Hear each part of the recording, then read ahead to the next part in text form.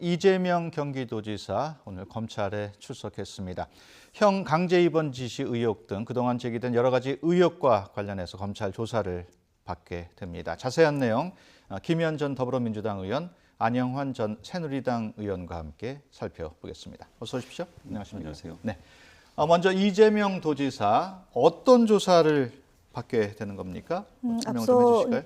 검찰에 출석하면서 밝혔던 것처럼 그 친형에 대한 그 입원 과정에 대해서 개입이 있었냐 없었냐 이제 이런 거 하나 하고요. 그다음에 해경군 김씨 문제는 오늘은 아닌 것 같고요. 그다음에 어쨌든 이제 두 가지 정도 더 이제 김부선 씨의 문제도 조사 대상이 되는 것 같습니다. 그래서 본인이 밝혔듯이 사실이 아니다라는 거고요. 정신보건법상 문제가 있다라고 판단이 들어서 진행하다가 중단한 상황이다라고 하는 거고요. 그다음에 보건소장의 진술과는 사실이 아니다라고 말씀을 하고 이제 검찰 조사에 들어간 것으로 이렇게 알려져 있는 것 같습니다. 어떻게 보셨습니까? 네, 뭐 눈 오는 날 안 됐다는 생각이 듭니다. 그러나 뭐 시청자 여러분께서 뭐 되게 알려진 내용들이죠. 그러나 어찌 됐든 너무나 많은 사건들이 연루돼 있다 보니까 그것도 이제 가정, 개인과 관련된 문제는 많습니다. 그래서 본인도 굉장히 곤혹스러울 거예요. 특히 이제 해경궁 황해경 김씨 문제는 아직 경찰에서 수사가 끝나지 않았기 때문에 경찰에서 검찰 아직 송치를 하지 않았습니다. 그래서 이번 수사 대상은 빠진 거고요. 그리고 앞서 말씀하신 것처럼 형 강제 입원 사건이라든지 특히 이제 대장동 땅 관련 허위사실 유포 혐의라든지 뭐 이런 경찰에서 이미 조사했던 걸 이제 검찰에 넘긴 그런 송치한 사건들을 다루게 될 것 같습니다. 특히 이제 김부선 씨 관련해서는 검찰에서 불기소 의견으로 넘겼습니다. 그렇지만 또 검찰에서 다시 한번 볼 것 같고요. 그런데 지금 여러 가지 개인적 사건 때문에 오늘 토요일에 나오면 그나마 다행이라는 생각이 들어요. 도전을 어떻게 할까 지금 걱정을 했었는데 다행히 토요일에 검찰 조사를 받게 돼서 다행입니다. 아까 토요일에 나온 것은 주중에는 경기 그러니까 도정을 봐야 되겠지만 들어요. 그래서 이제 주말로 그런데 저렇게 많은 일에 연루돼서 도전을 어떻게 하고 있을지 참 걱정이 듭니다. 도전하고 있죠. 그러니까 걱정이 돼요. 네, 해경군 김씨 트위터 계정주 관련 내용은 말씀드린 대로 별도로 또 검찰이 조사하고 있기 때문에 오늘 이재명 지사를 대상으로는 그 내용은 조사가 이루어지지는 않을 것이라고 또 합니다. 해경군 김씨 트위터 계정주 이재명 경기지사의 아내인 김혜경 씨로 의심되는 정황 뭐 계속 나오고 있어요. 네, 뭐 계속 뉴스에 계속 나오고 있고요. 저도 오늘 아침 보니까는 또 뭐 분당의 어떤 교회에 해경궁 김씨 그러니까 김혜경 씨가 다니는 교회에서 아이디가 나왔다. 그래서 뭐 집사 김혜경 씨 것으로 생각된다는 그런 뭐 보도가 나오고 있습니다. 그래서 이재명 지사한테 굉장히 이제 불리한 증거가 계속 나오고 있는 것이죠. 아마 또 경찰에서는 뭐 결정적인 증거를 가지고 있는데 그걸 법원 재판 과정에서 뭐 알리겠다라는 이야기도 나오고 있기 때문에 굉장히 곤혹스러운 상황에 빠지는 것 같습니다. 그러니까 이제 이 논란이 지나치게 되면 결국은 만에 하나 물론 경찰이나 검찰의 조사가 끝나고 법원에서 최종 판결해야지 결정이 나긴 하겠습니다만 만에 하나 이게 아닌 것으로 그러니까 해경궁 김 씨가 바로 맞다고 한다면은 이제 거짓말 논란에 휩싸이기 때문에 그게 더 큰 타격이 될 수밖에 없는 것이죠. 정치인에게 그게 이다 아니다 떠나서 그동안 거짓말 해왔던 것이 더 큰 타격이 될 수밖에 없다 이런 생각이 듭니다. 김혜경 씨 측도 대응에 나서는 모습입니다. 경찰 간부를 고발한 데 이어서 문재인 대통령 아들 준용 씨와 관련한 내용의 의견서를 검찰에 낸 것으로 그렇게 전해지고 있습니다. 그러니까 제가 볼 때는 의견서가 많을 텐데요. 39가지 지금 이제 고발을 당했고 그 고발에 대한 변호사 의견서를 내는 것은 당연한 수순이지 않습니까? 근데 왜 이토록 이제 저희가 볼 때는 39가지 중에 약간 좀 이제 이재명 도지사로서 곤혹스러운 내용이 이제 사전에 흘러나오고요. 또 거기에 대해서 이제 의견서를 제출했는데 그것이 39가지에 대한 의견서를 제출했는데 유독 이 문제만 불거져서 보도가 되는지 알려지고 있는지에 대해서 좀 이상하다라는 점을 먼저 말씀을 드리고요. 그 내용에 대해서는 명백하게 허위이다라고 얘기를 하는 것이고요. 그다음에 허위 사실에 대한 명예훼손 여부를 가려야 된다. 그러니까 이제 그 해경궁 김 씨라고 특정해서 지금 경찰은 사실상 이제 기소 의견을 낸 거지만 이재명 도지사는 아니다라고 얘기하면서 그러면은 변호사가 다른 이제 지금 고발한 변호사의 이 고발장에 대해서 변호사 의견서를 내기 위한 의견 내용입니다. 그러니까 곧 뭐냐면은 허위이다. 그리고 이것은 명예훼손으로 해당되는지를 밝혀야 될 이후에 법원에서 밝혀야 될 문제다라는 내용의 의견서라는 겁니다. 그래서 이것은 뭐냐면 문준용 씨가 특혜 의혹이 있다라고 얘기한 것에 대한 의견서가 아니라 허위 사실이다라는 것에 대해 명료하게 그 입장을 밝혔고 그것을 밝히기 위해서 재판 과정에서 사실관계를 다퉈야 된다는 내용의 의견서입니다. 예, 네. 그렇군요. 네. 이번 사건과 관련해서 민주당 안팎에서는 이재명 지사의 지사직 사퇴 그리고 탈당을 요구하는 목소리가 나오고 있습니다. 하지만 이해찬 대표는 말을 아꼈는데요. 어제 처음으로 이 사건과 관련해서 입을 열었습니다. 그 내용을 잠깐 먼저 들어보겠습니다. 그 부분은 제가 답변할 일이 아닌 것 같고 그런 사실이 전혀 없습니다. 예, 아까도 말씀을 드렸잖아요. 이 조사 과정, 그 다음에 공소 과정, 재판 과정 우리가 보고 나서 판단을 해야지 현재로서는 우리가 무슨 말을 해서도 안 되고 무슨 말을 한다고 그게 영향을 미치지 않습니다. 예, 일단 재판 과정을 보자 이렇게 얘기를 했는데 굉장히 신중한 모습이죠. 그러니까 처음으로 얘기한 게 아니고요. 좀 바로 잡아야 될 것 같습니다. 네. 처음으로 얘기한 게 아니고요. 대변인을 통해서 공식 입장에 나간 겁니다. 그러니까 검찰의 수사 단계, 그다음에 법원에서 판단을 봐야 된다라고 예. 얘기를 이미 했던 것이고요. 대표께서는 어저께 이제 그동안 당대표가 되고 나서 공식적으로 인터뷰를 합니다. 그것이 네. 개별 인터뷰가 아니라 전체 언론을 대상으로 공식 인터뷰를 하고 세 번째 인터뷰이기 때문에 입장을 얘기한 것이다라는 점을 그러니까 먼저 말씀드리겠습니다. 예. 네. 입장을 얘기했다기보다 하여튼 재판 과정을 보고 나서 얘기하자 이런 내용이에요. 뭐 아주 모범답안을 이야기한 거죠. 그런데 예. 이제 기자들은 아까 뭐 세 차례 했는지 저도 뭐 기억은 안 납니다. 뭐 했는지. 그런데 아니, 기자 간담회를 그러니까 공식적으로 세 차례를 기자들은 했답니다. 이재명 지 사건에 관해서 이해찬 대표의 입으로 직접 이야기 듣기를 원하는 것이죠. 우리가 네. 뭐 비핵화 관련해서 북한 측의 이야기보다는 김정은의 이야기를 듣고 싶어하듯이 마찬가지 이야기입니다. 그런데 네. 이제 어제 처음으로 이야기 나왔기 때문에 뭐 기사가 되고 관심을 끄는 것이죠. 뭐 이해찬 죄송합니다. 이해찬 총리 입장에서 대표 입장에서 본다면 굉장히 곤혹스럽겠죠. 저 무슨 이야기를 하겠습니까? 네. 모범 답안밖에 할 수밖에 없는데 이제 문제는 현재 이재명 지사가 각을 세우는 게 뭐 경찰 수사를 공격하면서 권력의 편에 섰다. 그럼 권력이 누구겠습니까? 뭐 누구겠습니까? 이건 누가 생각해도 예측 가능한 것이죠. 그렇기 때문에 지금 이재명 지사의 현재 그 스탠스에 대해서 굉장히 민주당 곤혹스러울 수밖에 없는 그런 예. 상황이죠. 아마 이제 저도 뭐 민주당 내부 사정은 잘 모릅니다만 지난번 당 대표를 뽑는 과정에서 뭐 이재명 지사 측의 도움을 받았다는 이야기도 있고요. 그래서 이해찬 대표 입장에서는 곤혹스러울 수밖에 없겠죠. 그래서 어찌 됐든 점차 민주당 내부에서 이 이야기는 나올 수밖에 없습니다. 수사가 네. 계속 되면 될수록. 그래서 아마도 자진 탈당해 주긴 것이 가장 당 입장에서는 뭐 바라는 모습일 수도 있겠지만 또 이재명 지사는 또 그렇다면 또 민주당 보호막이 사라질 수도 있는 거기 때문에 네. 원치 않는 민주당이나 이재명 지사나 좀 곤혹스러운 상황에 빠진 것 같습니다. 예. 곤혹스러운 상황으로 자꾸 몰려고 하는 것 같습니다. 제가 볼 때 민주당 안팎의 얘기를 하셨는데요. 특히 야당에서 이재명 지사를 공격하고 뭐 도덕성에 대한 문제를 제기하면서 예. 지사직을 그만두어야 되는 거 아니냐라는 것은 민주당의 안팎의 파괴, 그 지금 야당이죠.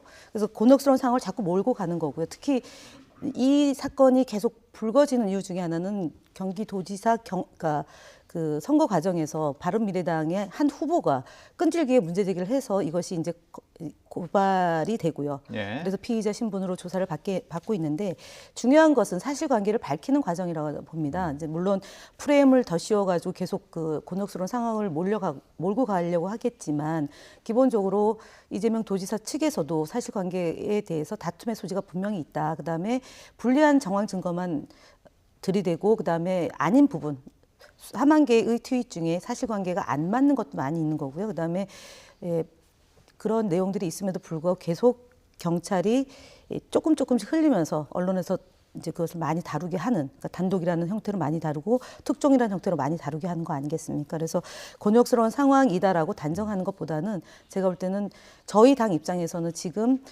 내부적으로 일각에 아주 그 현역 의원들 중에 의견을 내는 분도 있고요. 그다음에 지지자들 안에서 의견을 내는 경우도 있습니다. 그러나 전체적으로 놓고 볼 때는 차분하게 상황을 신중하게 보자라는 입장으로 대부분 정리가 되고 있다는 점을 말씀드리겠습니다. 이게 곤혹스럽지 않다면 비정상적인 거죠. 네, 이해찬 대표 비정상적이라는 말대로. 얘기는요, 사실은 좀 험한 표현입니다. 예. 이게 정정을 해주십시오. 아니, 이게 그러니까 비정상적이지 않다는 이게 얘기에 대해서 곤혹스럽지 않다고 한다면은 자 누가 보더라도 곤혹스러울 수밖에 없는 상황이야. 곤혹스럽단 말은 굉장히 가치 중립적인 아니, 이야기입니다. 좋은데요. 그런데 표현에 그 대해서는 이야기를 가지고 제가 얘기하는데 한다면 비정상적이라는 그게 것에 비정상적인 대해서는 거예요. 그렇죠. 그게 아니라 비정상적이라는 곤혹스럽지 표현에 대해서는 않다는 앵커께서요. 비정상적인 이거는 예. 조정을 해주셔야 됩니다. 비정상적이라는 얘기는 예. 정상적이지 않다라는 거 아닙니까? 비정상이라는 곤혹스럽지 표현에 않다고 대해서는요. 한다면은. 예. 네. 지금 주장일 수는 있지만 비정상적이다라는 표현에 대해서는 바로 잡아주십시오. 이건 예, 대단히 불쾌할 수도 있고 험악한 표현입니다. 알겠습니다. 예. 비정상적인 거죠. 아니에요. 알겠습니다. 네. 일단은 아니, 앵커께서 저 얘기를 해주셔야 됩니다. 비정상적인 내용에 대해서는 조금 문제가 있다고 뭐 보고요. 비정상회담이라는 프로그램도 있습니다. 네. 지금 일단 이해찬 대표 얘기대로 검찰 수사 결과 과연 어떻게 나올지 저희가 지켜봐야 될 것 같습니다. 이재명 지사 사건에 대해서 신중한 태도를 보이고 있는 이해찬 대표. 하지만 채용비리 의혹 국정조사 수용으로 촉발된 박원순 시장 논란에 대해서는 적극적으로 해명을 했어요. 네, 그 내용은 어떻게 보십니까? 그렇죠. 그런데 이제 저 국정조사는 당연히 했어야 되는 겁니다. 예.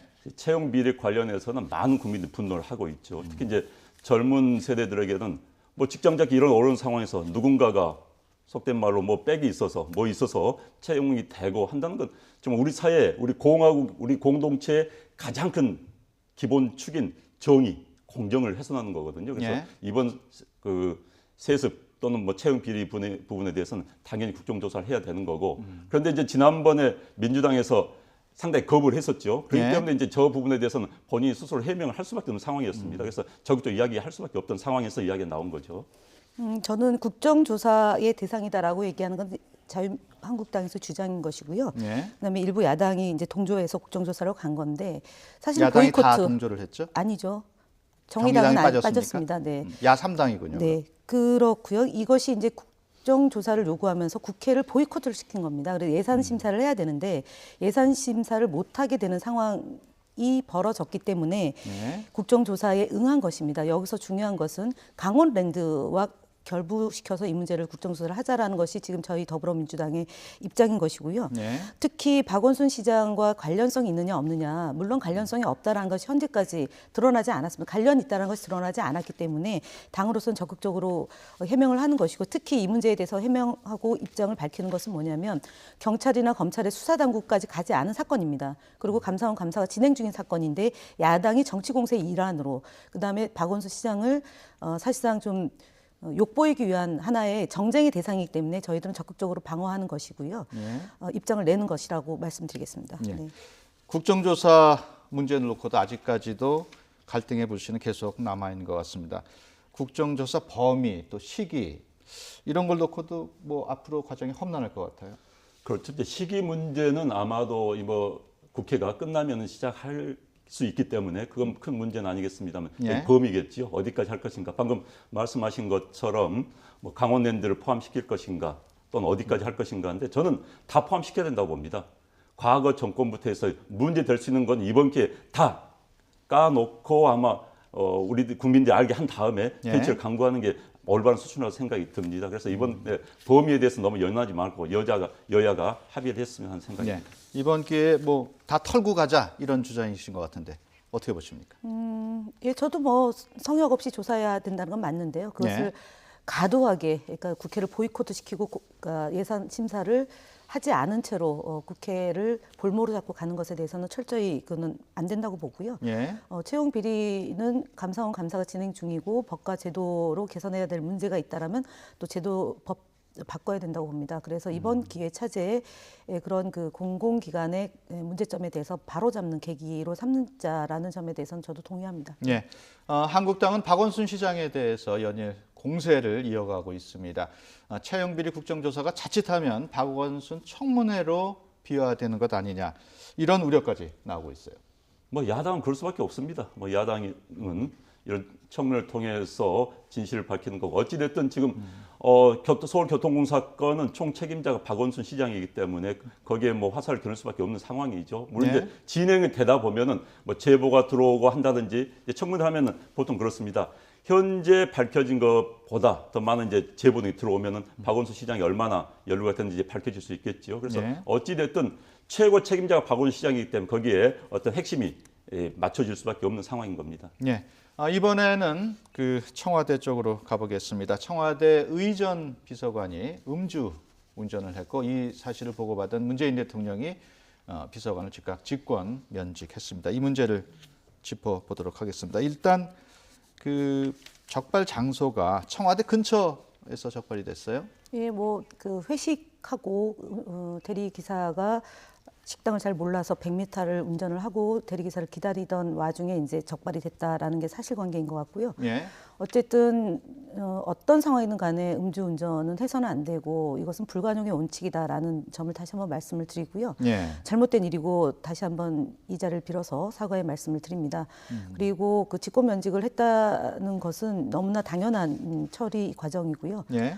이번 기회를 통해서 청와대에 근무하는 그 직원 모두와 저희는 더 낮은 자세로 국민들과 저 문재인 정부 성공을 위해서 최선을 다할 텐데 이런 일이 벌어진 점에 대해서는 네. 뭐 입이 10개라도 할 말이 없는 일이다라고 네. 말씀드립니다. 김정천 비서관이 어떤 인물인지도 좀 궁금하기도 한데 좀 전하신 말씀 있습니까?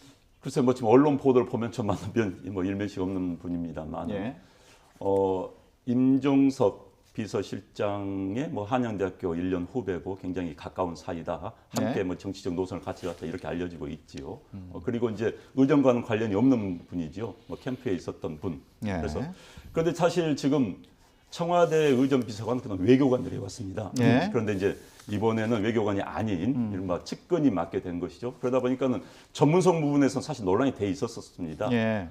지난번 무슨 뭐 남북 정상회담 때 대통령이 사인할 때 뭐 네임펜을 준다든지 또 뭐 아펙 회담에서 대통령이 의전 실수로 뭐 촬영을 못 한다든지 뭐 이런 여러 가지 문제점이 불거져 왔었습니다. 지난번 네. 또 포영국가 전략회의 때 대통령 동선을 잘못 만들어 대통령이 좀 어렵게 네. 만든 이런 사건이 있었기 때문에 의전 비서관의 전문성이 있는 것 사실 그분이 굉장히 전문성이 필요한 자리거든요. 그렇기 네. 때문에 논란이 돼 있었는데 또 게다가 이번 사건까지 친셈이 됐지요. 게다가 지금 청와대 그 다음 날 중요한 또 비서관 회의가 있었습니다. 네. 어제였죠. 무슨 뭐 비서관들이 정말 잘해보자는 회의가 있었는데 전날 이렇게 술을 마셨고 게다가 지금 경제가 얼마나 어렵습니까? 많은 서민들이 힘들어하는데 그런데 이제 비서관이 술 마시고 하는 것도 저는 그런 부분에서는 아니 일반 직장이라면 뭐 그럴 수 욕 안 먹고 넘어갈 수도 있습니다만 이 네. 시점에서 그런 이야기가 나오기 때문에 더 비난을 받을 수밖에 없는 거죠. 예. 전문성 여부에 대한 논란은 좀 바로잡아야 되겠습니다. 저희 참여정부 때 의전 비서관은요 다 민간인 신분들이 했습니다. 저기 그 박근혜 정부 때 아마 외교관이 했을 거고요. 그분이 네. 지금 대사로 갔을 겁니다. 근데 의전 비서관이 외교관을 가게 되면 소위 말해서 대통령에게 직언을 해야 되는 위치에 있는 자리입니다. 의전 비서관이나 부속실장 등 그러니까 대통령을 가장 가까운 거리에서 모시는 분들이기 때문에 직언을 외교관 또는 이제 그러니까 소위 우리가 얘기하는 늘 공무원인 분들은 그런 말씀을 잘 못하는 위치에 있을 수도 있습니다. 그래서 장단점이 있는데 마치 전문성이 없다, 외교관이 아니면 전문성이 없다라는 얘기는 그는 좀 제가 볼 때는 좀 적절한 비유는 아닌 것 같고요. 그러니까 술을 마시고 음주운전 한 것은 잘못된 거지만 전문성이 없다라고 얘기하는 것은 제가 볼 때 너무 과도한 해석이다라는 점을 지적합니다. 어찌 됐든 지금 일련의 실수가 있었습니다. 그렇기 예. 때문에 그런 지적이 나올 수밖에 없는 것이죠. 그러니까 과도한 지적입니다. 그 이전에 조한기 의전 비서관도요 정당인입니다. 외교관 아닙니다. 네. 그러니까 그동안 그러니까 외교관들의 하나의 그런 사건이 실수를- 벌어졌다고 그러니까 해서 외교관들이 실수했다는 이야기는 없었어요. 아니요. 근데 이번에 사건이 벌어졌기 자, 때문에 민간인이기 이분에 대한 때문에 이야기가 나오는 전문성이 겁니다. 없다라고 얘기하는 것에 대해서 적절치 않다라는 점을 그동안 지적합니다. 의전 비서관, 의전은 사실 외교관들 전문 영역이죠. 어떤 의미에서는. 아닙니다. 그렇기 때문에 아닙니다. 이런 비판이 나오는 거죠. 그럼 앞으로 의전 비서관 외교부에서 와야 된다고 생각을 하십니까? 기본적으로 의전에 대한 기본 교육을 받는 분들이 해야 되는 겁니다. 네. 측근이란 이유만으로 해서는 안 된다는 이야기죠.